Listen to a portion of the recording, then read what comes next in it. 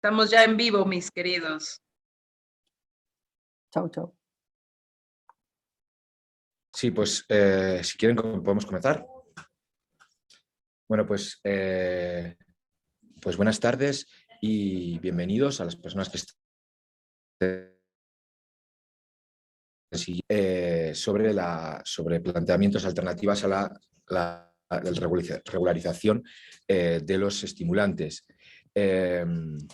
Recordar que este es un problema que existen a nivel mundial y que, por ejemplo, en México, en 2020, más de 50.000 personas fueron presentadas ante el Ministerio Público por delitos contra la salud, tanto a nivel estatal como federal, y de ellos más del 90% estaban presentados por delitos de posesión simple.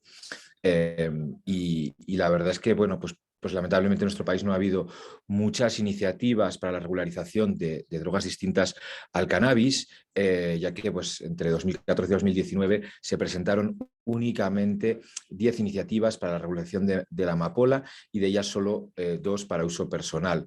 Entonces, bueno, pues en este panel de México Unido contra la Delincuencia y Transform Drug Policy Foundation vamos a tratar de abordar qué alternativas hay para la regularización de las drogas y la despenalización del consumo. Para comenzar, tenemos la presencia de Steve Rolls. Steve Rolls es analista de políticas para Transform Drug Policy Foundation y es el autor de una serie de publicaciones de Transform que incluyen, por ejemplo, Después de la guerra contra las drogas, una respuesta para su regularización, y Cómo regular el cannabis, una guía práctica 2013. Él ha colaborado regularmente en el debate público sobre drogas y leyes de drogas en diversos medios de comunicación, tanto en Reino Unido como en eventos internacionales, foros de la ONU y de diferentes gobiernos. Además, fue asesor del gobierno uruguayo en el desarrollo de su modelo de regulación del cannabis y de la Task Force del gobierno canadiense sobre la regulación del cannabis. A su vez, fue jefe de redacción y coordinador técnico del informe de la Comisión Mundial sobre Políticas de Drogas, Toma el control, vías hacia la política de drogas que funcionen, y su reciente informe Regulación, el control responsable de drogas. Entonces, bienvenido, perdón, Steve, y pues para ti la primera pregunta, queríamos... ¿Por qué urge regular los estimulantes y qué cosas hay que tener en mente para poder hacerlo bien? Te doy el turno de palabra, Steve, bienvenido. Thank you very much. Muchas gracias. Muchas gracias, Lisa, y gracias a México Unido contra la Delincuencia por la invitación y, bueno, también a este maravilloso evento. Con respecto a por qué tenemos que regular los estimulantes, en realidad esto está basado en la falla histórica del prohibicionismo y, por supuesto, de todo el paradigma del sistema de justicia penal. Hay muchas partes de la implicación de la salud, por ejemplo, las implicaciones a la salud del uso de drogas, pero hemos visto en los últimos tal vez 50 años o más que este tipo de respuesta basada en el prohibicionismo y en la guerra contra las drogas simplemente no funciona, ha fallado en sus propios términos. El objetivo de esta política es evitar que la gente use pues las drogas, en este caso estimulantes, pero vamos a referirnos a todas las drogas y simplemente no ha funcionado. Durante todos estos 50 años, desde la era, a lo mejor, como se ha visto, pues se ha aumentado el uso de drogas. Entonces, en realidad nos hemos alejado de esta idea de un mundo libre de drogas. Por otro lado, la segunda parte es prevenir también la viabilidad de las drogas, que eso claramente tampoco ha pasado. La producción de las drogas, la viabilidad de las drogas, de hecho, ha aumentado para poder satisfacer esa demanda creciente de las drogas. Entonces, ha sido un fracaso. No está previniendo el uso, no está desalentándolo, tampoco está deshaciéndose o erradicando tampoco los mercados de drogas, sino que en realidad eso, en lugar de eso, lo que está haciendo es crear todos los problemas que están asociados con un mercado global y legal controlado por grupos criminales. Entonces tenemos la parte del delito en las calles y por supuesto el lavado de dinero, la violencia, todos estos problemas que la mayoría de la gente claramente conoce porque lo ven alrededor de ellos en sus vidas diarias, leen al respecto en los periódicos todos los días.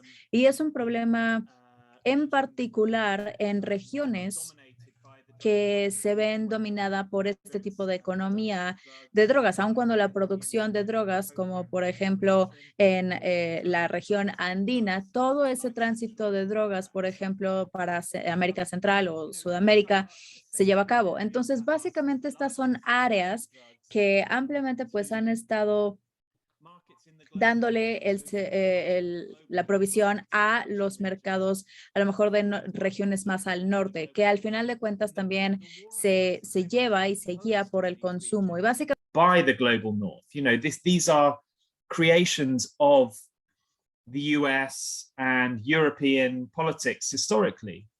And they have failed. And I think people are beginning to understand at a kind of population level, the wider public understand. Población, el público en general, creo que ha entendido que esta guerra contra las drogas ha fallado. Creo que lo que todavía no entienden es qué es lo que podemos hacer en lugar de esto. Y me parece que nuestro trabajo como sociedad civil, como líderes políticos, como académicos, como medios de comunicación, es tratar de educar a las personas con respecto a cuáles son las alternativas. Si no funciona la guerra contra las drogas, ¿qué hacemos? Porque no es suficiente decir, bueno, pues vamos a legalizarlas y ya, porque de hecho legalizar las drogas, por supuesto, trae muchas preguntas secundarias. No es un reto sencillo. Sí, podemos dejar de tener esa guerra contra las drogas, pero si queremos que la gente esté de nuestro lado, vamos a tener que darles una visión de un mundo después de la guerra contra las drogas en las que puedan creer, en la que puedan confiar y que los políticos también puedan meter como y darle al apoyo también de la voluntad pública y política. Por eso tenemos que explicar cómo se ve en un mundo post-prohibicionista. Y no siempre es fácil, es mucho más sencillo decir, las drogas son malas, vamos a luchar contra ellas, ¿no? Como este tipo de a lo mejor eslogans o a lo mejor incluso estampitas que se ha escuchado durante muchos años. Es mucho más fácil mandar ese mensaje que explicar un grupo de regulaciones o un conjunto de regulaciones mucho más sofisticado y con muchos más matices, porque es complicado. Entonces, diferentes drogas se pueden regular de diferentes formas, en diferentes maneras, porque también, y en diferentes lugares, porque hay que tomar en cuenta también los entornos de cada lugar. Por ejemplo, algo como el cannabis no se va a regular de la misma manera que la cocaína, y la cocaína no se va a regular de la misma manera que a lo mejor la heroína inyectable. Entonces, tenemos que pensar en cómo funcionan los diferentes modelos y tenemos que comunicárselos claramente, de una manera sencilla a la gente para que lo puedan entender. Ahora, si estamos hablando de cocaína, es una droga muy interesante de muchas formas, ¿no? Porque tenemos la hoja de la coca, el polvo, por ejemplo, y después tenemos el bazuco o el crack, y todas en realidad son la misma droga. Todos contienen el mismo alcaloide de cocaína, pero definitivamente diferencias en términos de las formas en las que se utilizan, la potencia que tienen, la motivación para su uso y también los riesgos son dramáticamente diferentes. La hoja de coca, por ejemplo, es bastante segura. La cocaína, a lo mejor si se usa en moderación, pues no necesariamente pudiera ser tan arriesgada, pero el crack, por ejemplo, la pasta base, de hecho, es muy riesgosa, incluso si se usa ocasionalmente, o también la inyectable, ¿no? Que, insisto, es muy riesgoso intrínsecamente. Entonces, tenemos respuestas de políticas muy diferentes a estas drogas. Y de hecho, pues también justo se ha hecho una serie de propuestas en un libro, Cómo regular los estimulantes, una guía práctica, aquí está.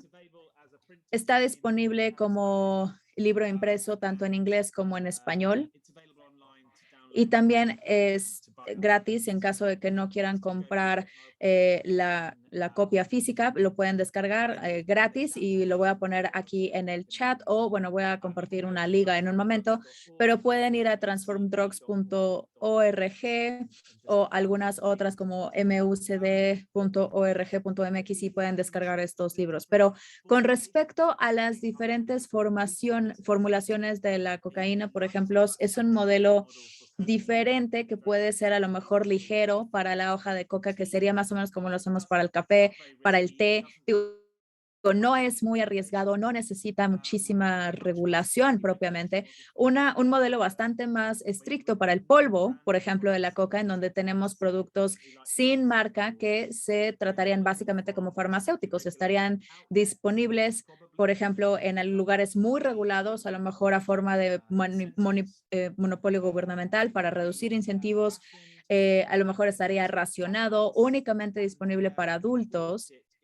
Y cuando lo compras, pudiera ser como a lo mejor visitar una farmacia. La persona que te va a vender esto, entonces te tiene que decir pues cuáles son los riesgos, los impactos en la salud, etcétera. Y no es como que vas a llegar a comprar un kilo de cocaína y te lo llevas a una fiesta, sino más bien sería para uso personal. Y para el crack, y digamos que las formulaciones más riesgosas, ahí no tendríamos un modelo retail, sino que más bien sería de reducción de daños. Es decir, no se le daría apoyo y a las personas como se necesitara y entonces se les brindaría estos entornos seguros con supervisión para en todo caso utilizar estas drogas. Entonces sería como diferente modelo con 3 niveles en donde se ven cuáles son las necesidades y los riesgos asociados con las diferentes preparaciones, por ejemplo, de la coca o de la cocaína. Y lo mismo sería, por ejemplo, con otro tipo de estimulantes que igualmente ustedes pueden leer, como por ejemplo las anfetaminas, etcétera. Y también me parece que es útil tratar de aprender las lecciones de los errores que hemos cometido con el alcohol y el tabaco en el pasado, en donde se ha permitido a lo mejor una comercialización agresiva, buscando estas ganancias por parte de las empresas, ¿no? Tratando como de aumentar sus ventas al aumentar el consumo y entonces iniciar a nuevos usuarios. Necesitamos no hacer eso con las drogas legales en el futuro. Se tiene que hacer disponible fundamentalmente, sí, una necesidad satisfacida, pero no queremos estar promoviendo la demanda ni estimular necesariamente nada. Es una forma diferente de disponibilidad, no es necesariamente desde el punto de vista de ganancia comercial o utilidades. Y el objetivo clave con todo esto básicamente pues es quitar el incentivo de estas ganancias como vemos con algunas otras drogas comercializadas y por ejemplo definitivamente lo vemos hasta cierto punto en algunos estados en Estados Unidos con el cannabis, pero es por ejemplo si vemos Uruguay o Malta, ellos legalizaron el cannabis pero fijaron modelos regulatorios que de hecho no tengan esta ganancia o estos mercados motivados por la ganancia comercial. Es posible, me parece, de aquí en adelante con los estimulantes, pero definitivamente sí consideraría que es el enfoque que habría que tener. El segundo punto también yo diría que es muy importante igualmente incluir una agenda de justicia social en nuestro diseño de política. No queremos un mercado legal que reproduzca las inequidades y todo el problema que ha sucedido con el mercado ilegal que estaba antes. Tenemos que asegurarnos entonces de que los beneficiarios del nuevo mercado legal, los beneficios que tenga este nuevo mercado legal, los sientan las personas y las comunidades que han recibido el mayor impacto negativo justo a consecuencia de esta guerra contra las drogas históricamente. Y pueden ver algunos ejemplos interesantes que se han llevado con algunos programas, por ejemplo, de cannabis en algunos estados de Estados Unidos, en donde, por ejemplo, reservan una porción de las licencias. Me parece que en Nueva York se reservan el 40% de estas licencias de retail y de producción para las personas de comunidades impactadas. Y tenemos que asegurarnos de que estas comunidades impactadas pues también tengan un papel clave a la hora de diseñar la política. Entonces, en el caso de la coca serían a lo mejor los cultivadores que han tenido ese papel clave en lo largo de su producción y que también lo tengan en su política. Y bueno, finalmente con referencia a Colombia específicamente, bueno, pues Colombia ha estado en el epicentro de la guerra contra las drogas durante muchos años, ya varias décadas, y me parece que de hecho es adecuado que Colombia justo ahora sea quien lidera el debate sobre terminar esa guerra contra las drogas y ser el pionero de otras alternativas. Y la verdad es que me dio mucho gusto poder ver este nuevo proyecto de ley que se mandó al Senado en Colombia. Definitivamente, digo, seguramente vamos a escuchar al respecto en esta reunión y les vamos a dar más detalles seguramente, pero me parece que es muy inspirador ver a Colombia, por ejemplo, y tener este liderazgo para poder guiar todo este debate y sacarlo. Y han propuesto este excelente proyecto de ley que de hecho, pues sí, responde justo a diferentes puntos que acabo de hacer y tiene que ver, por ejemplo, con la hoja de la coca, para cocaína en polvo o el crack. Y definitivamente, pues sí, incorpora la participación de las comunidades afectadas y les da protección justo, por ejemplo, para los cultivadores tradicionales y han aprendido también las lecciones, ¿no? De los errores que se han hecho con alcohol, tabaco y hasta cierto punto, pues también con el cannabis comercializado. Entonces, de alguna manera, creo que les estoy dando estas ideas de cómo tendríamos que hacerlo, pero en Colombia, de hecho, eso es lo que está sucediendo ya. Entonces, pues bueno, me da muchísimo gusto ver eso y espero verdaderamente, digo, que bajo el nuevo gobierno en Colombia, que efectivamente pase esa ley y si no es esta ley, pues entonces una que sea muy similar porque sí siento que es bastante coherente. Y yo creo que cuando eso pase, va a abrir el debate, y no nada más en Colombia, sino más allá de Colombia, en toda la región de América Latina y alrededor del mundo en realidad, porque pues si ustedes recordarán con el cannabis hace 10 años, en ningún lugar en el mundo se había legalizado y después Uruguay y después un par de estados de los Estados Unidos empezaron a mostrar ese liderazgo y empezaron a legalizarlo de una manera sensible y responsable y 10 años después, apenas 10 años después, entonces empezamos a ver un efecto dominó con diferentes países alrededor del mundo en cada continente que ahora lo están legalizando. Entonces tomó 10 años, ahora tenemos 30, 40 jurisdicciones alrededor del mundo, Sudáfrica, México, seguramente de eso se hablará próximamente, etcétera. Y ahora también en Europa, ¿no? Alemania, Malta, Suecia, no el Reino Unido todavía, pero bueno, pues cruzando los dedos, esperemos llegar ahí. Pero esto está sucediendo, pero se necesita de un país que muestre ese liderazgo, que empiece esa especie de debate global y proceso global. Entonces, para la coca y la cocaína, yo espero que pues Colombia pueda seguir adelante y pueda mostrar ese liderazgo también en esa parte. Pero bueno, ya no voy a seguir hablando porque también yo sé que tenemos aquí otros oradores muy brillantes que seguramente les pueden platicar más y les pueden dar las perspectivas igualmente. Muchas gracias. Voy a dejarlo ahí. Muchas gracias, Steve. Con este arranque que hemos hecho un poco abrupto, quería pues bueno, explicar esta mesa tiene como objetivo el plantear diferentes alternativas de regulación en términos de drogas, especialmente en el contexto de cómo, bueno, en el contexto tanto de México como de Colombia, que puede servir para presentar alternativas o presentar ideas dentro de pues cómo estamos viviendo ahora mismo en México, que no se termina de salir de esa lógica de la guerra contra la droga y de una clave pues en términos prohibicionistas, ¿no? Entonces, primero hemos tenido la intervención de Steve, que él lleva dedicado muchos años al estudio, la regulación y diferentes propuestas para reformular una política de drogas alternativa al prohibicionismo.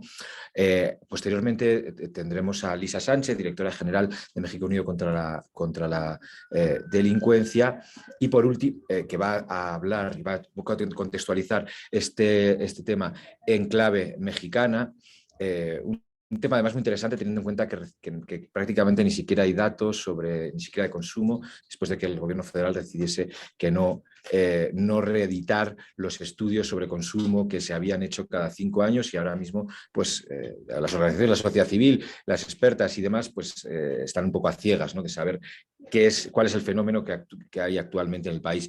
Posteriormente tendremos a Julián Quintero e Iván Marulanda que nos hablarán del proceso que se está desarrollando en Colombia y sobre las alternativas que pueden servir también para Enclave de México. Ahora vamos a dar la palabra a Alicia Sánchez, que como decía es directora general de México Unido contra la Delincuencia. Ella es maestra en Gestión Pública y Gobernanza por la London School of Economics, maestra en Ciencia Política por la Universidad Sorbona y licenciada en Relaciones Internacionales por el TEC de Monterrey y el Instituto de Estudios Políticos de París. Es directora general de México Unido contra la Delincuencia, que es una organización que lleva más de 20 años de experiencia en materia de seguridad ciudadana, justicia, política de drogas y con decenas de proyectos de empoderamiento comunitario, prevención de la violencia y la delincuencia y auditoría social del sistema judicial. Previamente, Lisa trabajó para la Comisión Interamericana de Control de Abuso de Drogas de la Organización de Estados Americanos y se ha desempeñado como asesora para gobiernos de México, Colombia, Uruguay, así como la Sociedad Internacional del SIDA con sede en Ginebra, Suiza. Y pues ha colaborado con diferentes dependencias, como la Secretaría de Educación Pública, el Instituto Mexicano de la Juventud y el Consulado General de México en París. Y pues ha colaborado en diferentes iniciativas en materias de drogas, equidad de género, salud pública, juventud y participación política. Y además pues colabora regularmente en diferentes medios de comunicación como Foro TV, Milenio, W Radio o Nexos o Expansión o Reforma. Entonces, ahora vamos a dar la palabra a Lisa, previamente pues con una pregunta centrada aquí en México, y es que ¿qué obstáculos estamos encontrando para la regulación de estimulantes en México y cómo podríamos abordarlos a partir de la experiencia del cannabis? Pues tu turno, Lisa, muchas gracias. Mi querido Alberto, muchas gracias a ti por acompañarnos el día de hoy. Gracias en especial a los colegas internacionales que nos hacen favor de ser panelistas en este evento. Gracias, Steve, no solo por la presentación de hoy, sino por una vida dedicada justamente a imaginar cómo los distintos mercados de drogas pueden ser regulados, pese a que pues, llevamos más de 60 años sumergidos en un mundo prohibicionista. A Julián, al senador Marulanda, también por los años de trabajo, por abrir brecha en Colombia, por estar siempre comprometidos con esta causa y por supuesto por regalarnos su valiosísimo tiempo, además en un periodo pues de mucha emoción para Colombia después de las elecciones presidenciales del pasado fin de semana. Efectivamente, a mí me toca, digamos, contextualizar una discusión que quizás parecería ser un poquito, pues digamos, hasta idealista para el caso mexicano, ¿no? Es decir, cómo vamos a empezar a regular los mercados de estimulantes de cocaína, de pasta a base de cocaína, de metanfetaminas, de MDMA, de todas estas sustancias que caben dentro de esta misma categoría, empezando por quizás el arbusto y la hoja de coca, ¿no? Cuando en realidad, pues México parecería estar en una posición de enclave de tránsito de los tráficos ilícitos de estas sustancias. No es necesariamente un país productor, al menos de la parte de hoja de coca, cocaína y derivados, pero sí es un país en donde se están produciendo metanfetaminas, sí es un país de tránsito y de consumo de MDMA, y es un país sobre todo pues que ha sido golpeado tremendamente por las consecuencias no solo de la prohibición de los mercados de drogas, sino de los esfuerzos, digamos, punitivos, militarizados y de estado de excepción que se han hecho para lidiar con el tráfico ilícito de drogas, con una crisis que, bueno, tú, Alberto, has documentado tremendamente bien en términos de desplazamiento forzado, de consumos no atendidos, de violencias letales, de desapariciones, de corrupción de las autoridades y de una erosión de la paz y la convivencia, pues cada vez más importante. Pero para poder plantearnos cuáles han sido los términos de la discusión o la necesidad de tener esta discusión en México, Steve ya nos daba una breve introducción a esto diciendo, pues hace 10 o 15 años nadie imaginaba que existieran mercados regulados de cannabis y cada que lo planteábamos también se veía igual de idealista, igual de imposible, igual de cuesta arriba.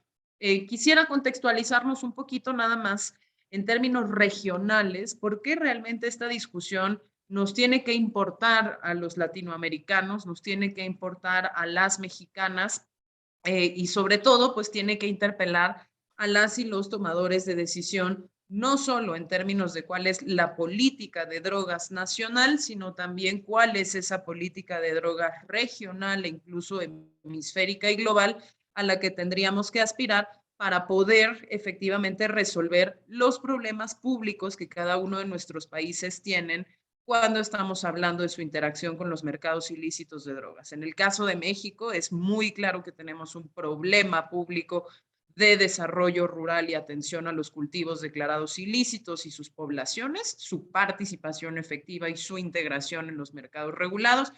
Tenemos un problema de desatención para las personas que usan drogas, ausencia de servicios de reducción de riesgo y daño, ausencia de servicios de tratamiento para las adicciones efectivamente regulados y con estrategias terapéuticas probadas. Tenemos otro problema de sobreuso del sistema penal y encarcelamiento. Tú, Alberto, lo decías en la introducción de este foro, donde nos hemos ensañado en la detención y en el encarcelamiento de las personas poseedoras de cantidades pequeñas de todas las drogas declaradas ilícitas.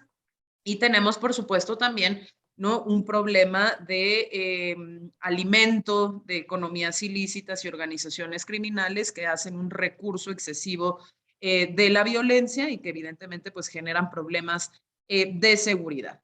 Ahora, en materia de estimulantes, lo primero que hay que decir es que el problema público para América Latina, pues es que América Latina sí es parte de la región productora de este tipo de sustancias y en ese sentido debería ser la primera interesada en su regulación. Pero no solo porque somos una región productora, sino porque somos la región a la que le han outsourceado, por llamar el término en inglés, a la que le han dado la responsabilidad, sobre todo en los países del norte global, de controlar, suprimir, eliminar y lograr metas inalcanzables en materia de erradicación de esa producción, sea vía la erradicación de los cultivos ilícitos, sea la destrucción de laboratorios clandestinos o sean las incautaciones. Cuando hablamos, por ejemplo, de la economía legal de la cocaína, ¿no?, muchas veces nos olvidamos de lo que podría ser o es incluso la economía social y legal de la hoja de coca.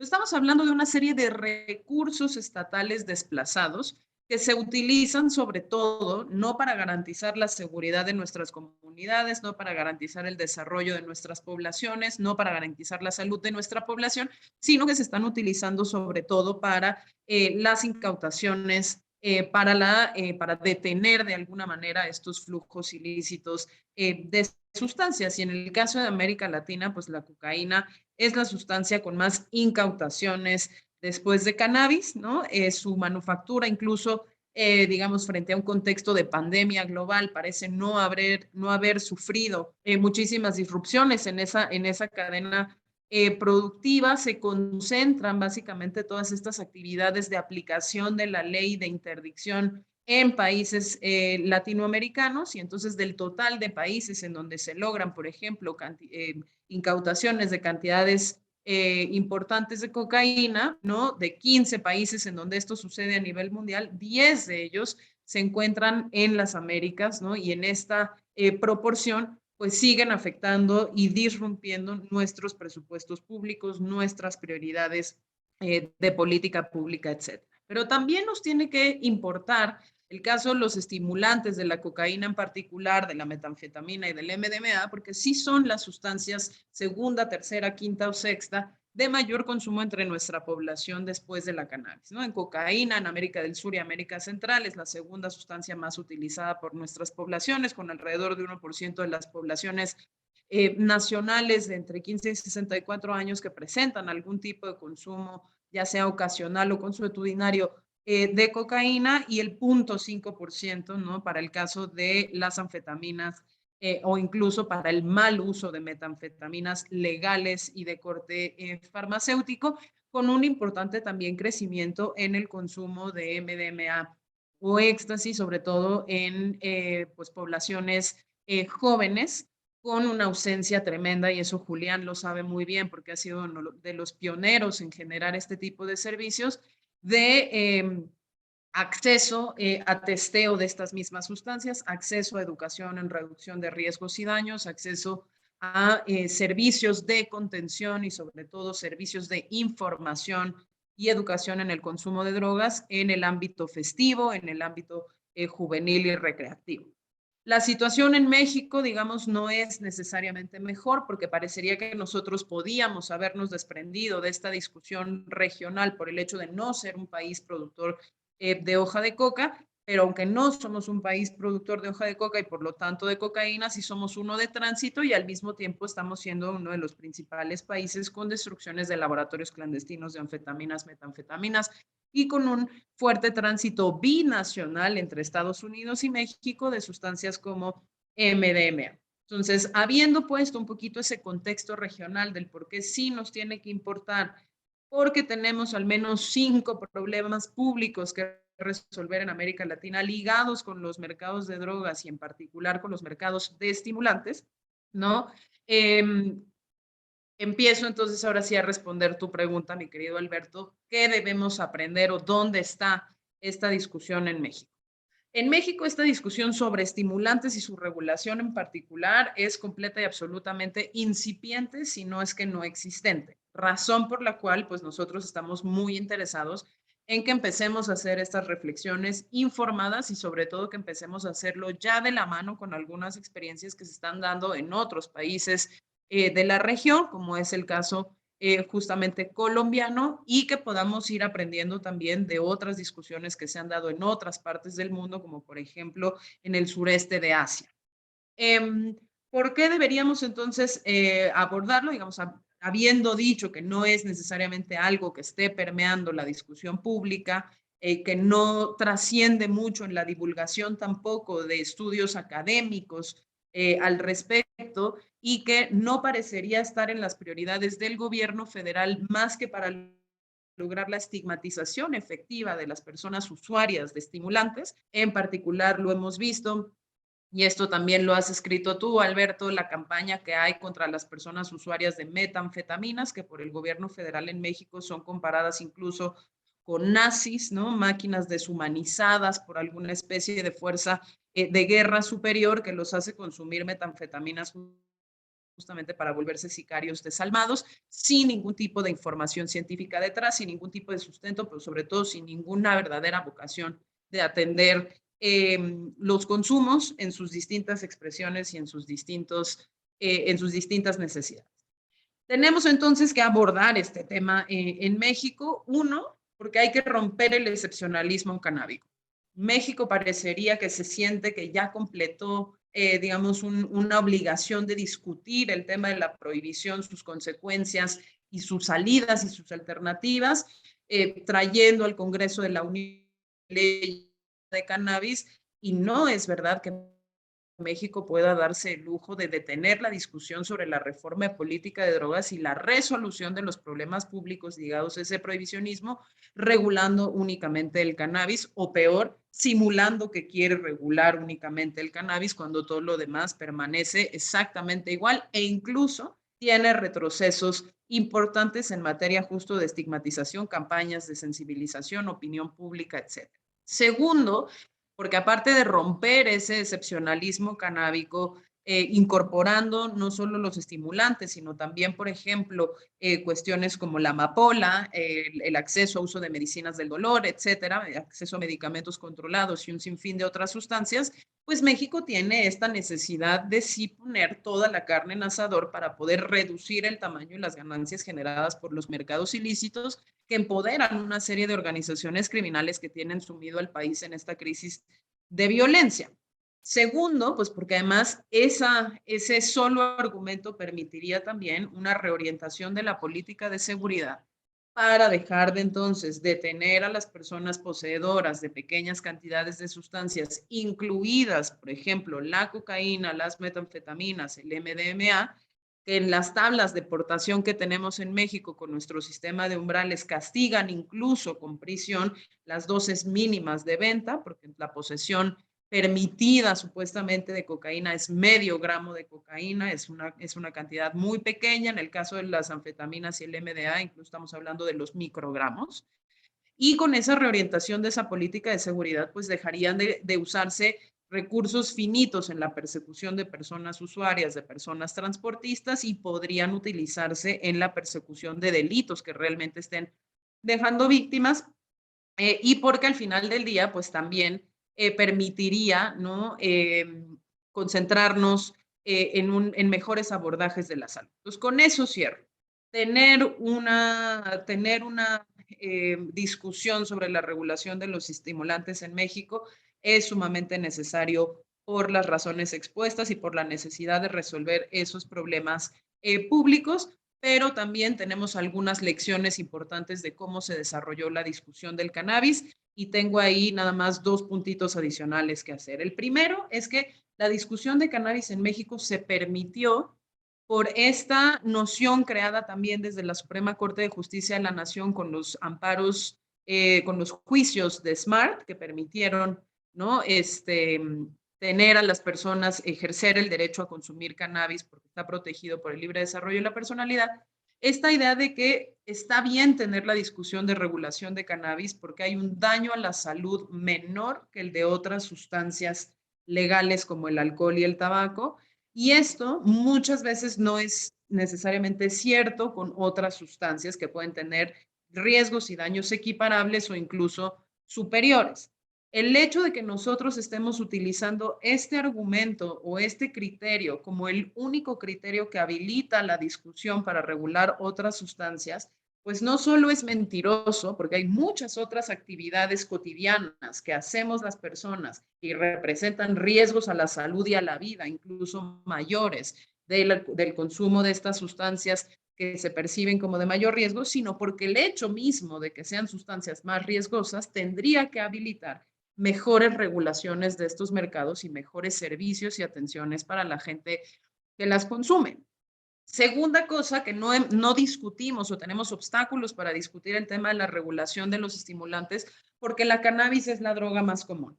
Y entonces, como la cannabis es la droga más común y es la universalmente aceptada, entonces sí está bien que discutamos esto, pero no está bien que discutamos otras, cuando incluso si las proporciones de uso, de tráfico, de incautaciones o de producción son menores, no dejan de ser mercados ilícitos que es necesario regular. Y tercero, porque parecería, ¿no?, que gran parte del impulso social y de opinión pública y de movilización que ha permitido la discusión sobre cannabis está fundada en la existencia de un movimiento social fuerte de activistas y organizaciones canábicas que exigen la regulación de cannabis y el respeto a sus derechos como usuarias, como personas usuarias de cannabis, y no necesariamente existe un movimiento similar a favor del tema de los estimulantes, por lo menos en el caso mexicano. Entiendo que en la región andina sí lo hay con los movimientos sociales de los cocaleros, pero aquí pues entraría entonces la necesidad de que más organizaciones que están dedicadas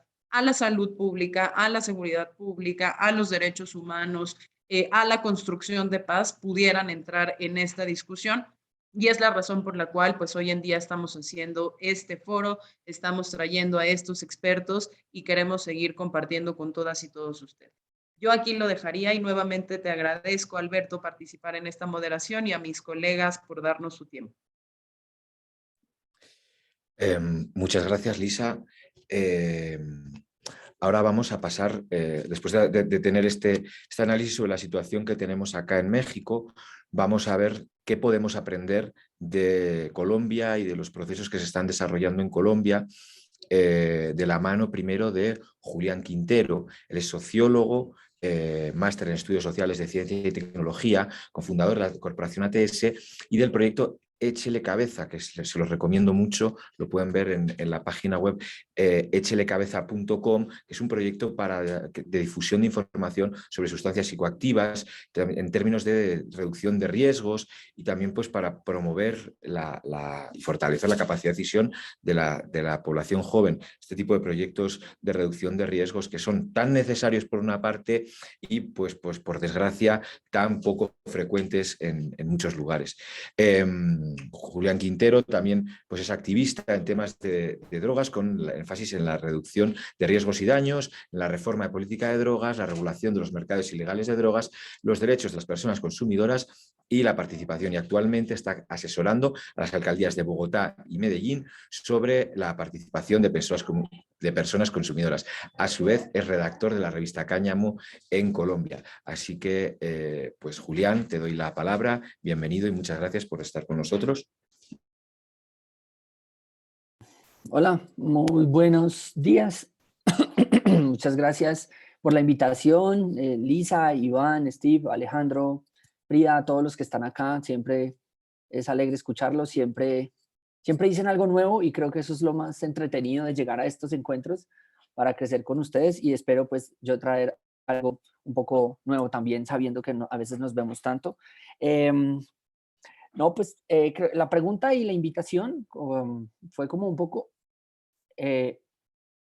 Disculpa que me quedé sin hacerte la pregunta, discúlpame. Dale. Lo que te quería decir es qué obstáculos existen para la regulación de estimulantes en Colombia y cómo podríamos abordarlos a partir de la experiencia de hoja de coca. Julián, te pido disculpas que no te había hecho la pregunta y ahí tienes la palabra. No te preocupes, que menos mal la pregunta llegó hace una semana también. Entonces, aquí un poco preparado.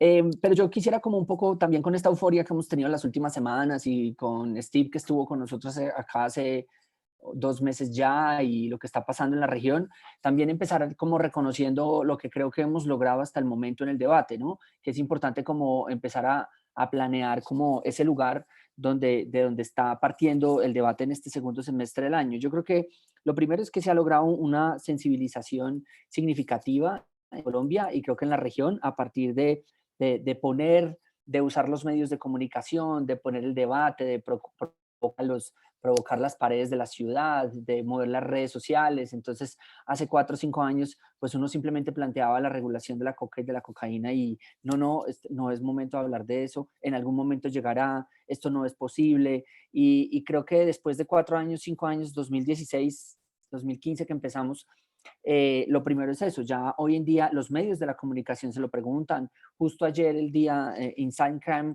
sacaba un artículo donde decía: ¿será posible que el nuevo presidente regule la coca y la cocaína?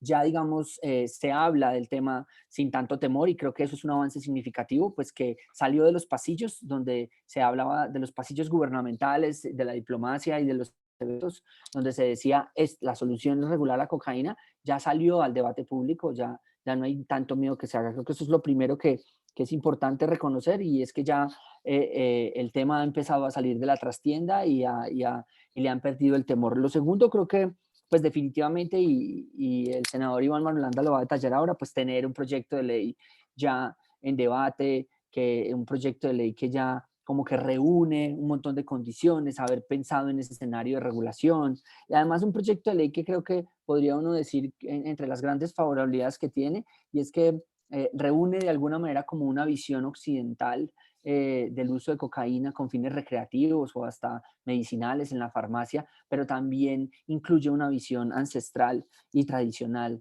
de las comunidades indígenas. Creo que haber encontrado en un proyecto de ley esos dos puntos de vista fue algo muy valeroso. Hasta del 2014-15 hacia atrás, creo había una tensión entre estas dos miradas, y era una tensión un poco porque claramente la comunidad lo han dicho siempre: coca no es cocaína, pero con el tiempo también coca sí es cocaína, y lo que nos ha hecho pensar que la cocaína es malvada y que de pronto la coca es ancestral, pues es la prohibición, no es la sustancia en sí misma, ¿no? Entonces creo que haber juntado esas dos visiones de mundo en un proyecto de ley, y también digamos cuando el senador Viciano decía que era importante para él apostarle a esto, era por el efecto dañino que crea la prohibición en sus comunidades, con sus jóvenes, con sus muchachos, con su guerra, que esta guerra de la prohibición está matando a nuestros jóvenes, y muchos de los chinos están empezando a consumir, y creo que es una manera también. Creo que un tercer aspecto que es interesante como de reconocer, y es que hay más aliados en este debate. Ya ahorita, por lo menos en Colombia y en la región, y ya somos más las organizaciones de la sociedad civil, ya somos más los políticos, ya son más los académicos que se atreven a decir, venga, hagamos este debate. Es hora de hablar de la regulación de la coca y de la cocaína. Claro, todos tenemos una ruta diferente, algunos más parecidas, algunos dicen que primero vamos con coca, después vamos con cocaína, también hay una postura frente a la pasta base, a la reducción del daño, a la manera en cómo se va a vender y todo, pero en conjunto somos muchos más los que estamos hablando de esto, digamos como que hay más aliados, ya hay una red más grande, simplemente pues aquí en Colombia todo el Grupo de Acciones para el Cambio, el CCET de la Universidad de los Andes, solo por mencionar aliados, las amigas de Elementa, Temblores, hablar con México Unido, hablar con Transfor, yo creo que esto ya está empezando a generar como un ritmo más acelerado y creo que eso me parece interesante. Y por último, de lo que se ha logrado, creo que también es importante reconocer que, por ejemplo, en el caso del proyecto de ley o en el caso del debate, pues se habla de regulación, pero también termina arrastrando otro tipo de debates en torno a la regulación de los mercados, ¿no? Entonces, necesariamente cuando se habla de regulación de la coca y de la cocaína para el consumo, pues toca hablar de reducción de riesgos y daños, ¿no? Toca una vez más volver a decir la reducción de riesgos y daños, qué papel va a jugar en un escenario de regulación.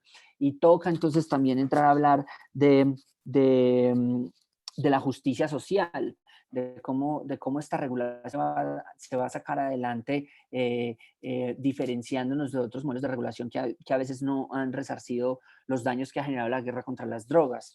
Toca hablar de la participación de las personas consumidoras, de las comunidades. Entonces creo que eso también es algo que se ha logrado y es que en este congreso que acaba de terminar la semana pasada en Colombia, había 4 o 5 proyectos de ley relacionados. Las amigas de Elementa hicieron un trabajo muy juicioso. Yo tengo en la cabeza 5, pero ellas cuentan como 16, 17 relacionados con drogas y eso es la mitad un poco progresistas. Entonces, muchos proyectos de ley están, digamos, como en una onda reformista y en una onda progresista como a nivel del continente y creo que eso también es importante y es que hablar de regulación de coca y de cocaína pues implica hablar de otros temas asociados y eso pues por ese lado. Ahora entonces creo que sería como hablar de lo que tiene que ver con los obstáculos. En cuanto a los obstáculos, yo creo que el primer obstáculo que uno encuentra en Colombia, yo creo que es un obstáculo prohibicionista individual y colectivo relacionado con el miedo de cambiar el paradigma. Y de alguna manera pues es el triunfo del prohibicionismo en los últimos 50, 60, 70, 150 años. Instaló en el inconsciente colectivo y en el imaginario de las personas y en toda la sociedad en general, pues la idea de que lo malo eran las sustancias y no la prohibición. Entonces yo creo que lo primero y el primer obstáculo que además es el miedo y el desconocimiento y podría parecer muy etéreo y podría parecer como muy normal o como muy predecible, pero sí encuentra uno en el diálogo y encuentra a todo nivel de la sociedad, de los técnicos, de los profesionales, de los padres de familia, un temor. Hay un temor y es un temor por desconocimiento y es un temor y es un miedo y está asociado pues a una victoria del prohibicionismo que nos ha hecho pensar. Entonces creo que eso es lo primero que hay que combatir y es lo primero que hay que seguir avanzando. Yo creo que se necesita literalmente mucha pedagogía, se necesitan más estrategias de comunicación, se necesita seguir poniendo más el tema, se necesita, creo que es muy importante y creo que hay una cosa que aprendimos en este proceso o en este trabajo que hicimos de llevar la propuesta de regulación desde el proyecto de ley y también desde el texto que construyó Steve y fue habernos encontrado con las comunidades campesinas y con los cultivadores. Creo que eso fue muy emocionante y fue muy emocionante sobre todo porque yo creo que la respuesta que encontramos en la mayoría era por fin un proyecto de este tipo, por fin una idea de este tipo, por fin estamos hablando de regulación. Puntos de vista tan sencillos de campesinos cultivadores que decían bienvenidos a la nueva lucha, esta es la nueva lucha, pero también puntos de vista que decían como ya es hora de que este negocio sea para nosotros, estamos cansados de que este negocio solamente sea para los grupos armados y para el ejército y para los narcos y nosotros qué, entonces creo que eso era. Lo segundo, creo que hay un tema que hay que superar y es la burocracia y la burocracia prohibicionista enquistada en el Estado.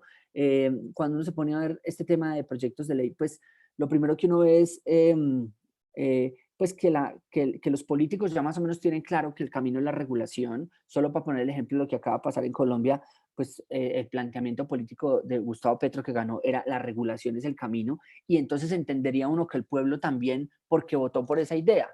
Entonces también entiende que la regulación, lo mismo está entendiendo la industria, el mercado, lo mismo entiende la economía, pero quienes no lo están entendiendo o no quieren dar el paso son los burócratas y los tecnócratas, los funcionarios del Estado, los médicos, los docentes, los policías, los funcionarios encargados de las políticas de ahora, que no quieren dar el paso y que fueron alimentados y criados en un contexto prohibicionista, y se van a obstaculizar y van a hacer lo posible porque no pase, porque ellos fueron engañados. Yo creo que lo que falta también es un tema de voluntad política que hay que afinar. Una cosa es ser candidatos, otra cosa es ser gobernantes, y yo creo que voluntad política como la que demostró el senador Iván y todos los que lo apoyaron, pero hay que reforzar eso ahorita. Entramos a un nuevo Congreso y ahí hay que presionar mucho el tema de voluntad política en Congreso y en gobierno para sacar este tipo de cosas adelante. Por último, la presión internacional, creo que habla siempre de la presión internacional, pero lamentablemente la presión internacional sobre este tema cada vez es menos como por encima de la mesa y se está haciendo más por debajo de la mesa, ¿ya?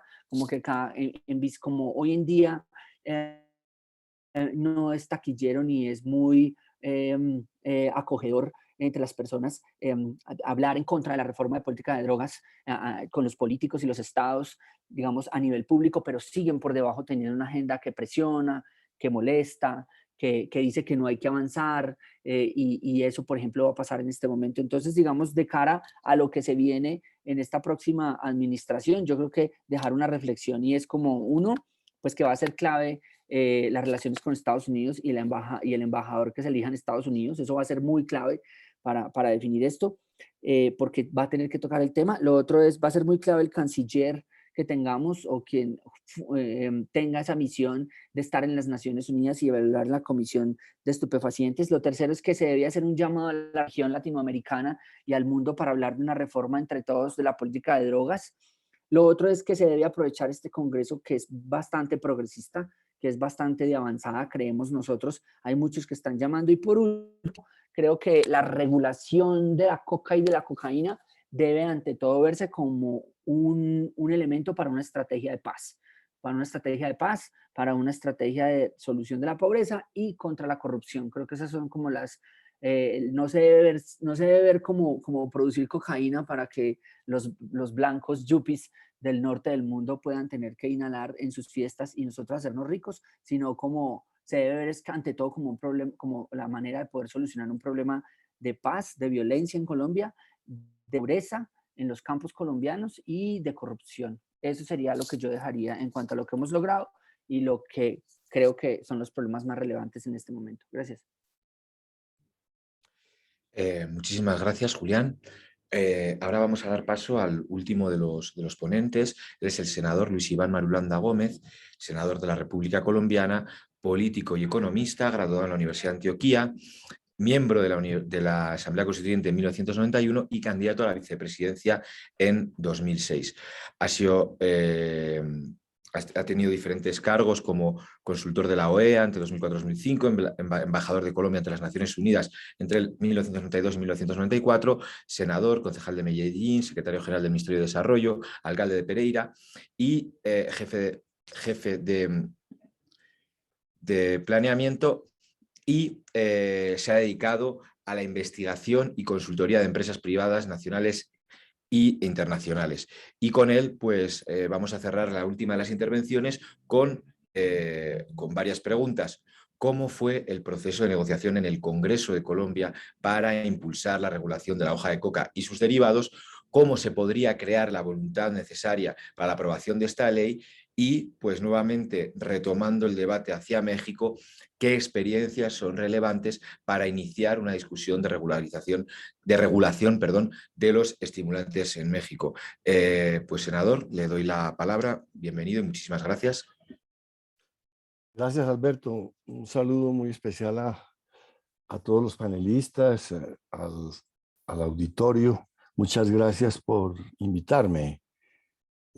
Me alegra mucho estar entre ustedes y poder escucharles y darles mis apreciaciones sobre el tema. En Colombia hemos avanzado enormemente en el trámite de este problema. Colombia vivía aletargada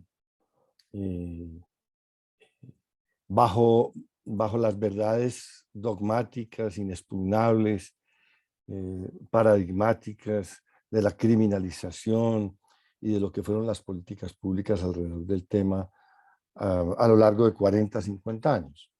Y no había un cuestionamiento, no había una disidencia, no había una ruptura sobre esas verdades. Esas verdades estaban ahí como algo intocable en la conciencia colectiva, en las instituciones y en el mundo político. Hay que decir que, como ustedes lo saben, que el problema en Colombia no es, el problema fundamental en Colombia no es un problema de consumo. El problema fundamental de Colombia es un problema de Estado. Es un Estado vulnerado, erosionado, desvirtuado, deslegitimado, corrompido por toda la estructura del negocio de la fabricación y comercialización de cocaína. Colombia tiene más de 200.000 hectáreas de hoja de coca, tiene más de 250.000 familias campesinas vinculadas a este tema, y todo esto está en medio de la ilegitimidad, en medio de la anarquía, y ha llevado a Colombia a su vez a un estado muy dramático de desestabilización política y desestabilización en su propia soberanía. Estamos hablando de que grandes territorios de Colombia, en esos territorios no ejerce soberanía el Estado colombiano, sino que son territorios donde ejercen dominio territorial organizaciones criminales. Estamos hablando del Pacífico colombiano, que son 2.000 kilómetros de longitud sobre el Océano Pacífico, sobre la cuenca del Pacífico, la Amazonia, el Catatumbo y la frontera con Venezuela, que son también cerca de 2.000 kilómetros, y regiones del interior como el Bajo Cauca, por ejemplo. Estamos hablando entonces de que el país tiene comprometida su propia soberanía y su propia estabilidad política en amplísimos territorios de la geografía, que simplemente domina allí las dinámicas del negocio de la cocaína y de las organizaciones criminales, incluyendo organizaciones mexicanas que ejercen dominio territorial en algunos de estos lugares de Colombia.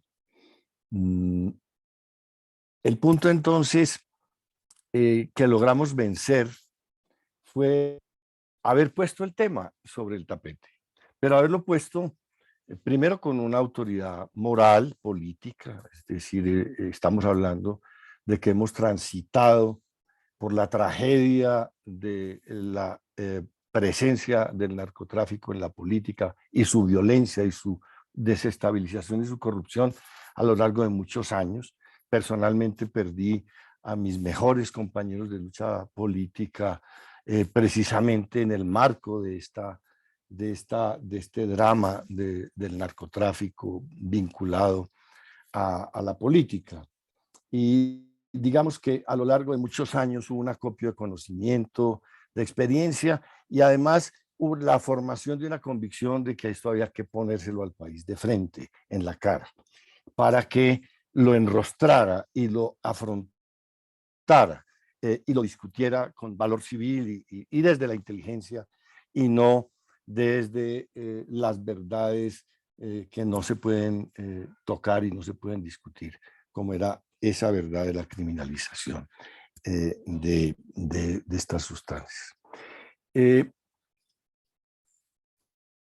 Un secreto, digámoslo así, en este paso, y es que lo hicimos callados la boca. Yo no le expresé a muchas personas mi intención de trabajar en la construcción de un proyecto de ley sobre esta materia.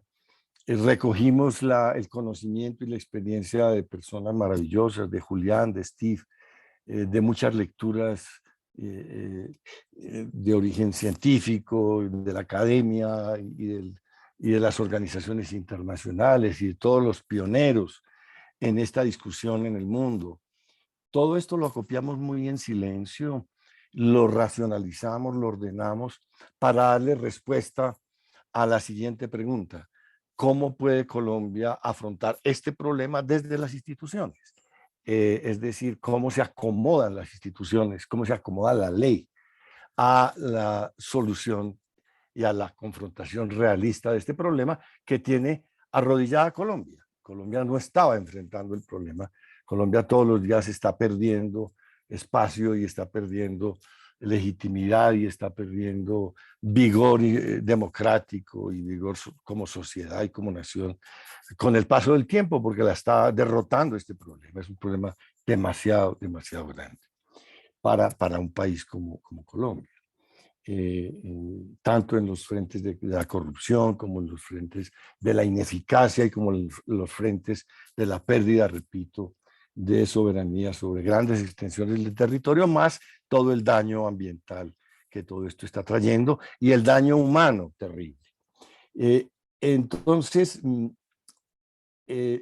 eso primero, tener un proyecto que le diera una respuesta razonable, lógica, coherente, defensable desde el punto de vista jurídico y desde el punto de vista, digamos, filosófico, que no fuera algo traído de los cabellos, que no fuera algo simplemente fruto de un improntus o de un entusiasmo o de una rebeldía, no, sino algo sustentable en la discusión desde la razón, desde la razón. Cuando tuvimos ese proyecto hecho y construido, el segundo paso, que fue muy eficaz, fue que busqué al senador Feliciano Valencia, que es un senador indígena, un líder indígena de la comunidad Nasa del Cauca colombiano, una zona cocalera muy importante, y una zona indígena con una tradición histórica milenaria en el cultivo de la hoja de coca. Busqué a este senador, que además es un colega muy importante él en sí mismo, por su sindéresis, por su lógica, por su seriedad, por su valor civil y por su importancia como representación de territorios y de sus etnias, ¿no? Y entonces lo busqué y con una conversación privada con él le expliqué el contenido de esta intención, el contenido del proyecto, del borrador, y se lo entregué. Y le dije: senador, estúdielo, discútalo con sus comunidades indígenas en todo el país y construyamos juntos una propuesta que esté enriquecida por la visión cósmica y la visión histórica y la visión cultural y toda la experiencia que ustedes tienen, porque las comunidades indígenas colombianas han sido las comunidades más golpeadas por esta violencia cocalera, en desplazamientos, asesinatos, desarraigos, pérdidas de vidas incalculables, de liderazgos. En fin, ha sido realmente trágico el historial de las comunidades indígenas al margen, alrededor de este problema, de esta guerra. Han sido víctimas de esta guerra y unas víctimas impotentes y que han pagado un costo muy caro. Entonces el senador, en su seriedad y en su importancia, se dedicó a hacer su exploración en las comunidades indígenas. Estuvo 7 meses. 7 meses. Yo le dije: tómese todo el tiempo que quiera. Pero lo importante es que lleguemos a un consenso sobre un proyecto que podamos presentar juntos y que podamos defender juntos, en nombre de las comunidades étnicas y en nombre de lo que podemos representar nosotros en la política colombiana como una fuerza progresista. Estuvo 7 meses haciendo la discusión. Yo participé en uno de estos foros con más o menos 70 autoridades indígenas de todo el país, en una discusión de más o menos 10 horas, en donde ellos preguntaron detalles y profundizaron en sus comentarios y en sus apreciaciones y en sus consejos sobre lo que debía hacerse y lo que debía hacer de este proyecto de ley, y enriquecieron en estos 7 meses los textos del proyecto, y llegamos entonces a los 7 meses de estarlo discutiendo en el seno de las comunidades indígenas. El senador Feliciano me dijo: senador Marulanda, estamos listos. Esto que hemos construido juntos ya nos representa, nos interpreta. Y el tercer paso, esto todo, repito, sin mayor aspaviento, en silencio, sin hacer ningún alarde ante la prensa, ni haber divulgado esto. Lo trabajamos muy discretamente. Luego hicimos una aproximación con senadores de comunidades o de regiones cocaleras y senadores progresistas, digamos, de la misma cuerda, de la misma onda del senador Feliciano y de lo que yo represento también en la política. Hicimos una buena juntanza de colegas senadores progresistas que nos acompañaron en la firma del proyecto de ley, y entonces presentamos el proyecto y apareció ya a la luz pública ya como un hecho que sorprendió al Congreso y que sorprendió a la opinión pública.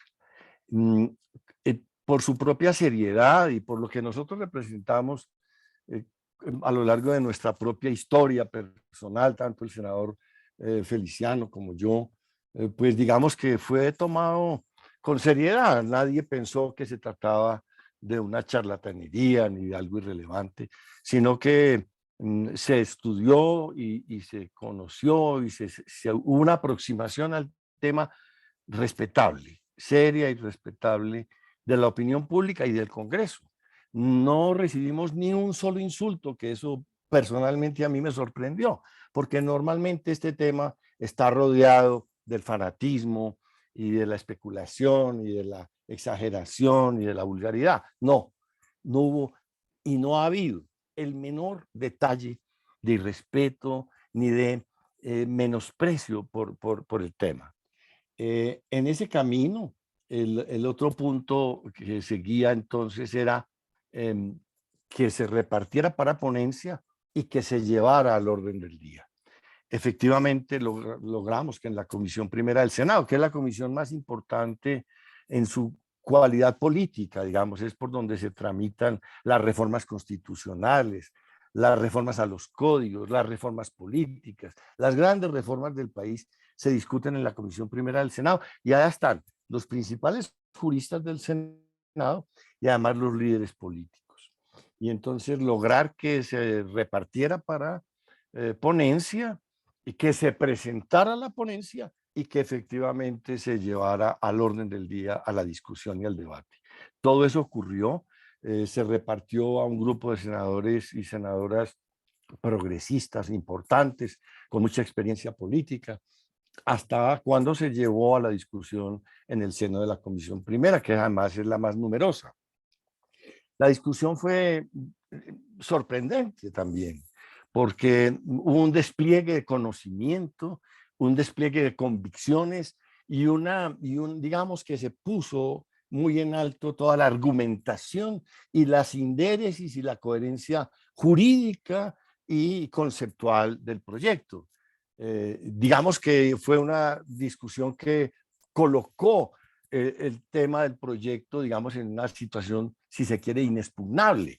Los que no estaban de acuerdo, porque están en el atavismo de la criminalización y todo el tema internacional y de los Estados Unidos, qué sé yo, no tuvieron argumentos. Los argumentos fueron baladíes, fueron argumentos muy pobres. En cambio, el debate fueron 2 debates de más de 5 horas, los 2 debates cada uno, con intervenciones muy profundas y prolijas y de personalidades muy importantes. Por ejemplo, el presidente actual de Colombia, recientemente elegido, el senador Gustavo Petro, hizo parte de la discusión porque él era parte de la Comisión Primera y fue uno de los oradores, digamos, más interesantes, más creativos y más afirmativos en el debate, que muestra de hecho ya un compromiso suyo en el tema. Y alrededor de lo que el proyecto presenta como avance, repito, jurídico y como avance estructural en la concepción del Estado y en la solución de este problema, que es un problema tan complejo para Colombia, ¿no? Para Colombia. Ya hasta ahí llegó el proyecto, no alcanzó bueno, se votó con una votación también sorprendente, 15 votos a favor del proyecto y 5 en contra. Eso nadie lo esperaba. En la medida en que iba desarrollando la discusión y se iba poniendo sobre el debate, el conocimiento de las piezas y de los diagnósticos y de las sustentaciones del proyecto, pues iba convenciéndose cada vez más gente de la importancia en la comisión primera y terminamos con una votación asombrosa de 15 votos a favor y 5 en contra. Entonces pasó a plenaria donde no alcanzó a surtir ya, tiene ponencia, pero no alcanzó a surtir el debate por la congestión enorme de la plenaria en la legislatura y digamos que quedó, como decimos en la jerga congresional, vivo para el próximo Congreso. De hecho, que yo sepa personalmente que estamos asesorando más o menos a 5 congresistas nuevos que quieren apropiarse del proyecto y apropiarse no solamente en el Senado, sino también en la Cámara de Representantes, y son congresistas muy importantes, sobre todo congresistas jóvenes muy interesantes. Además hay que agregar lo siguiente, si se hace un análisis político de las elecciones colombianas del domingo pasado, se llega a una conclusión muy sencilla.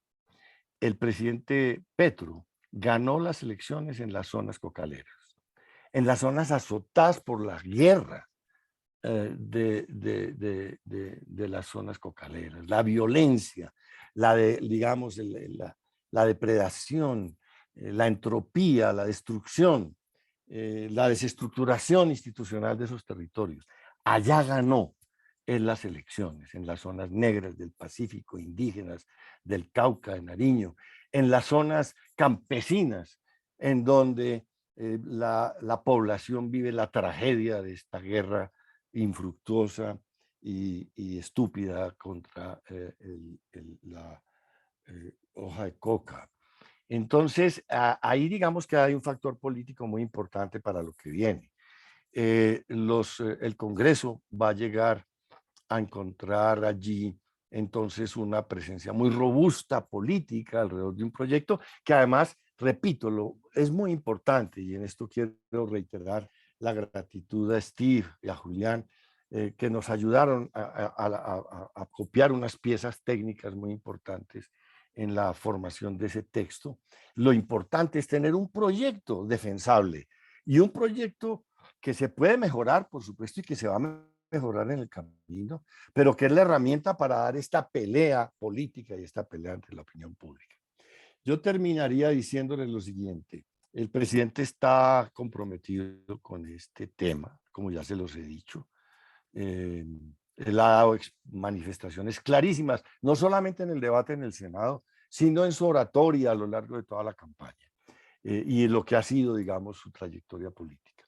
Hay que tener en cuenta que tiene una responsabilidad gigantesca porque todo pareciera que lo quisiéramos cambiar en estos 4 años en Colombia y eso no va a ser posible. Y entonces no sabemos todavía cómo se van a jugar las prioridades, pero digamos que yo creo que estamos en el camino de dar un golpe muy importante y un aporte muy importante al mundo en materia de regulación de la hoja de coca. Muchas gracias, Alberto, muy amable.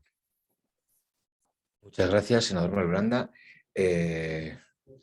Bueno, pues después de las intervenciones de los 4 panelistas, tenemos unos minutos para las preguntas que nos llegan a través de Facebook.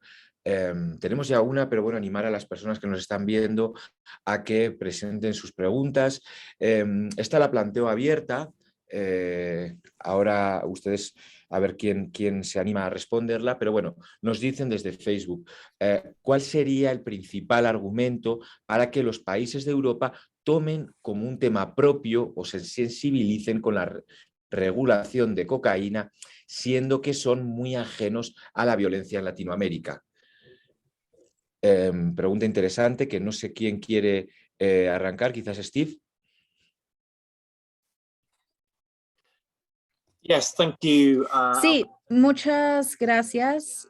Y también muchas gracias a Julián, a Iván y a Lisa por todas sus contribuciones tan fascinantes y tan inspiradoras.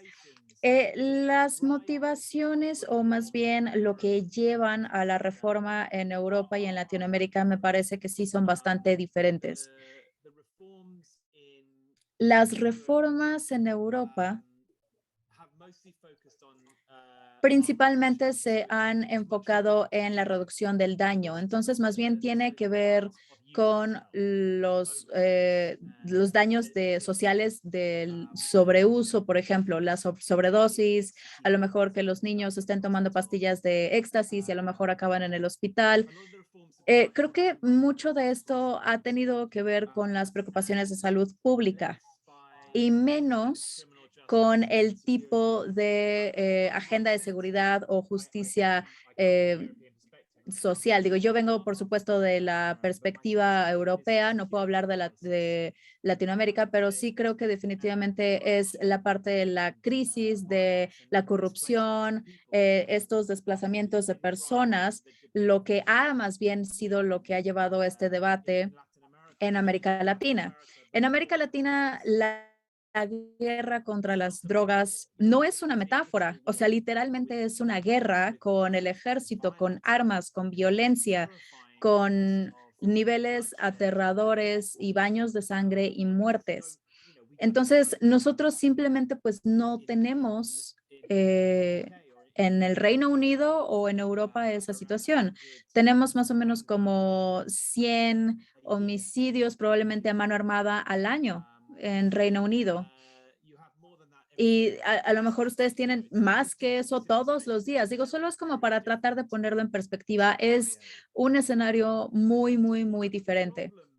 Y uno de los problemas con el debate, por ejemplo, en el Reino Unido o en Europa, es que es muy local, es como muy parroquial, es este entendimiento de los problemas de la violencia, por ejemplo, en Colombia o en México o en cualquier otra parte de la región, tiene que ver, por ejemplo, con la producción de drogas, los cárteles, el tráfico, por ejemplo, el lavado de dinero, todas estas cosas con las que ustedes están lidiando en la guerra en contra de las drogas y no necesariamente tienen un discurso público. No son ausentes, pero no tienen esta fuerza, ¿no? Digo, por ejemplo, la gente ve series de narcos en Netflix, ¿no? O sea, digo, hay como un entendimiento de este tipo de cosas, pero definitivamente no es la narrativa política dominante. La narrativa más bien se enfoca en las amenazas a los jóvenes, la salud pública, etcétera. Entonces, cuando las drogas entran, por ejemplo, en el debate de ley y orden, en el Reino Unido se trata bastante más de delitos, por ejemplo, callejeros en Londres o a lo mejor pandillas que se pelean, ¿no? En algunas ciudades del Reino Unido. No estamos hablando de la violencia, por ejemplo, de Bogotá y de la Ciudad de México, de otras ciudades de Latinoamérica. Entonces, creo que poder compartir estas experiencias más y también las implicaciones internacionales de la guerra en contra de las drogas que el norte, el global norte, por ejemplo, estén poniendo en América Latina y en algunos de estos países. Creo que el poder contar mejor estas historias definitivamente permitiría un mejor entendimiento, pero también tenemos que lidiar con la realidad de que, pues sí, los estados individuales, por ejemplo, en el norte global, lo que sucede en Colombia o en México simplemente no es su prioridad. Y tenemos entonces que pensar cuáles son sus prioridades políticas y tenemos que involucrarnos con ellos. Y si eso implica hablar más de implicaciones de salud pública y todo lo que eso implica en lugar de la parte de seguridad, pues entonces esa es una realidad con la que tendremos que lidiar. No podemos forzar a las personas para que se interesen en, por ejemplo, las comunidades que cultivan coca, por ejemplo, en Colombia. Creo que tendremos que empezar, pero también hay que ser realistas.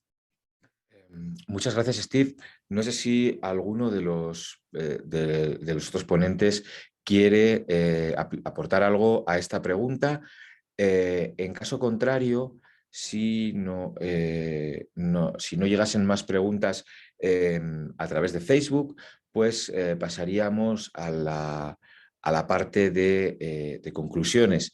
Tendríamos unos pocos minutos para que cada una de las personas que han estado interviniendo tengan una intervención de cierre y que hagamos un resumen de lo que hemos estado hablando. Entonces, bueno, si no hay más preguntas, pues quizás arrancamos con las conclusiones. Entonces, pues voy a dar la palabra, ya que Steve justo acaba de intervenir, voy a darle la palabra a Lisa Sánchez y seguiremos con el resto de ponentes, y luego Steve también tendrá oportunidad de dar sus conclusiones. Entonces, muchísimas gracias y Lisa, te doy la palabra. Muchísimas gracias y gracias a Steve por haber respondido a la pregunta. Quizás yo únicamente añadiría que una de las motivaciones, digamos, de Europa ha sido también el diálogo a nivel internacional que se ha planteado en el seno de la Comisión de Estupefacientes, pero no solo. Esta semana ha habido, en el marco de la reunión del Consejo de Derechos Humanos de Naciones Unidas, por ejemplo, una serie de eventos sumamente importantes sobre reforma de política de drogas, y creo que al menos en el ámbito justamente de la diplomacia internacional, Europa está bastante más sensibilizada a estos temas, razón por la cual pues Julián apuntaba muy bien que será clave saber quién ocupará la cartera de la Cancillería o las relaciones exteriores de Colombia, porque en algunos momentos, sobre todo en el segundo gobierno de Santos, Colombia jugó un rol fundamental para poder avanzar muchos de los resultados de lo que fue la sesión especial de Naciones Unidas sobre drogas en el 2016, y ojalá tengamos nuevamente un liderazgo revigorizado que se apagó durante el gobierno de Duque. Yo a manera de conclusión simplemente decir, esta discusión es sumamente necesaria, ya hay un trabajo realizado y aportes muy importantes que han sido sistematizados no solo por Transform Drug Policy Foundation en términos abstractos, sino ya en términos concretos con las iniciativas de ley que se han estado presentando en Colombia, con los diálogos que se han estado teniendo en la región andina, y con el apoyo evidentemente pues de muchas organizaciones como las que ya mencionaba Julián, y como el propio programa de Échele Cabeza y el propio ATS. Segundo, diría que el espacio político, ¿no?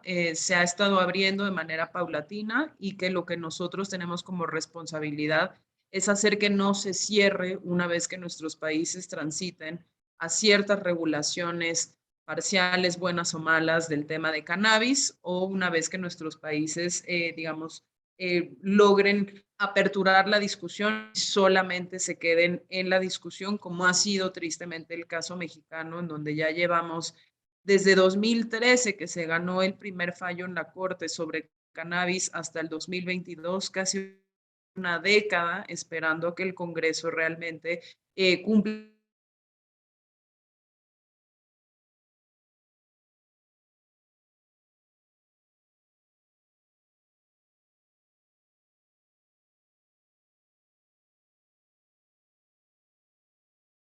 Europa.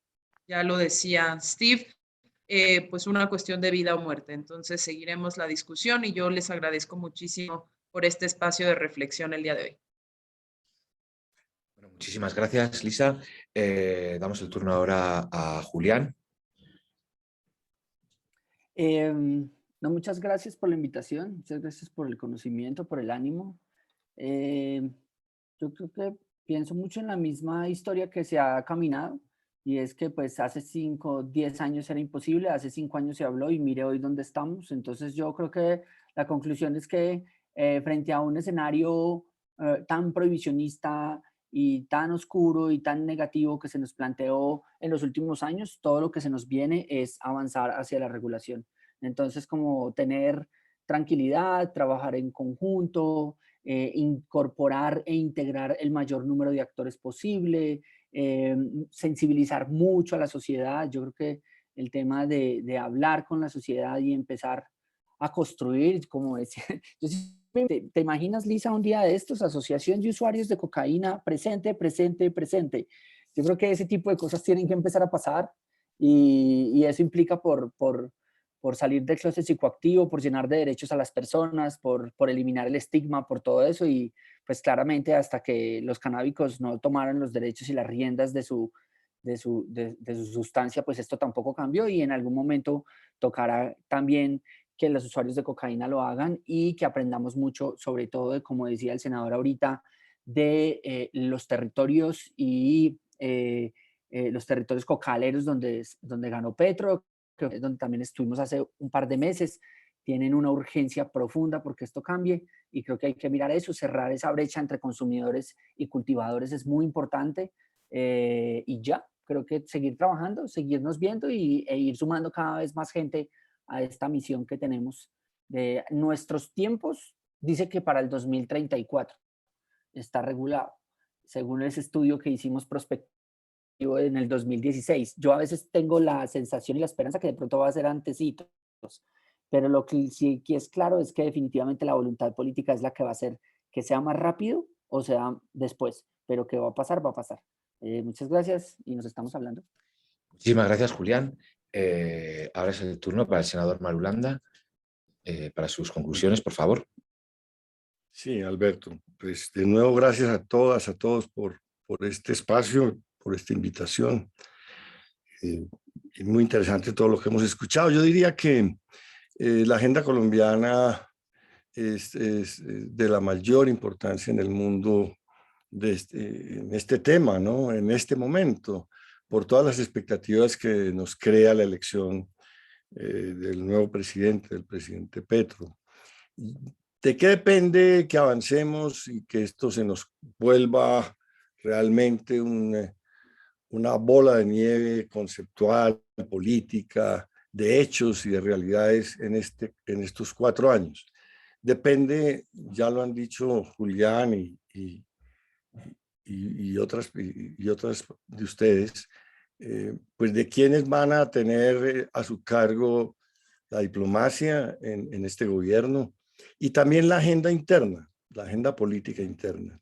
Yo aspiro a que allí haya personas que tengan una comprensión y una convicción sobre el tema y que puedan acompañar al presidente en su propia convicción y puedan instrumentar ya una estrategia política, tanto diplomática hacia la comunidad internacional como interna hacia el Congreso de la República y hacia los territorios y hacia la población civil, para que haya toda realmente una gran campaña de capacitación, de discusión y de construcción de un camino para Colombia en esta materia. Yo aspiro a que el presidente acierte en colocar allí personajes en los que podamos confiar realmente una avanzada importante en este tema en Colombia y delante de la comunidad internacional. Muchas gracias. Muchas gracias, senador. Por último, pues vamos a dar la palabra a Steve Rolls para que tenga su conclusión y pues ya iremos dando por concluido este panel. Thank you, Alberto. I mean, I'd like to echo the comments of all the other speakers. Pues volver a decir lo que los demás han mencionado. La verdad estoy de acuerdo con ellos. Yo definitivamente he estado a favor de estas reformas durante casi 25 años, entonces es muy inspirador el poder ver cómo este debate se mueve del espacio teórico al mundo real, en donde no se trata de decir, bueno, es que deberíamos regular las drogas, sino que ya estamos debatiendo cómo hacerlo y cómo hacerlo bien, cómo hacer que salga bien, cómo asegurarnos de que los beneficios sean para la gente correcta, cómo asegurarnos de poder sanar algunos de los daños del pasado. Y la verdad es que estoy muy inspirado de ver lo que está sucediendo en México y también, por supuesto, las reformas para cannabis y también todos los otros logros que ha habido también de activistas de la sociedad civil en México y sobre todo también inspirado de lo que está pasando en Colombia. Es un punto tan difícil, tan complejo, pero lo están haciendo muy bien.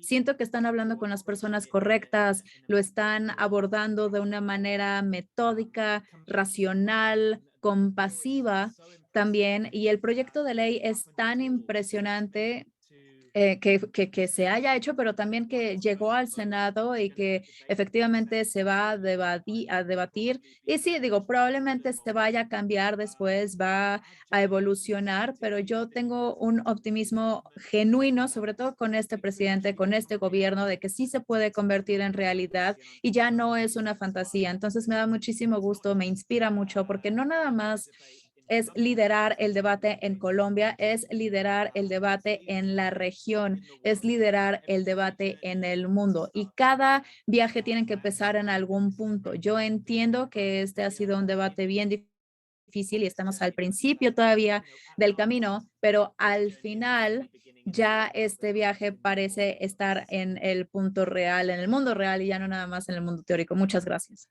Bueno, pues muchísimas gracias a todas las personas que han participado en la mesa. Es muy estimulante también, valga la redundancia, escuchar debates en términos de reducción de riesgos, en términos de derechos y alejados de este discurso en el cual llevamos décadas condenados a los discursos de guerra, a los discursos prohibicionistas que tanto sufrimiento han dejado en la región.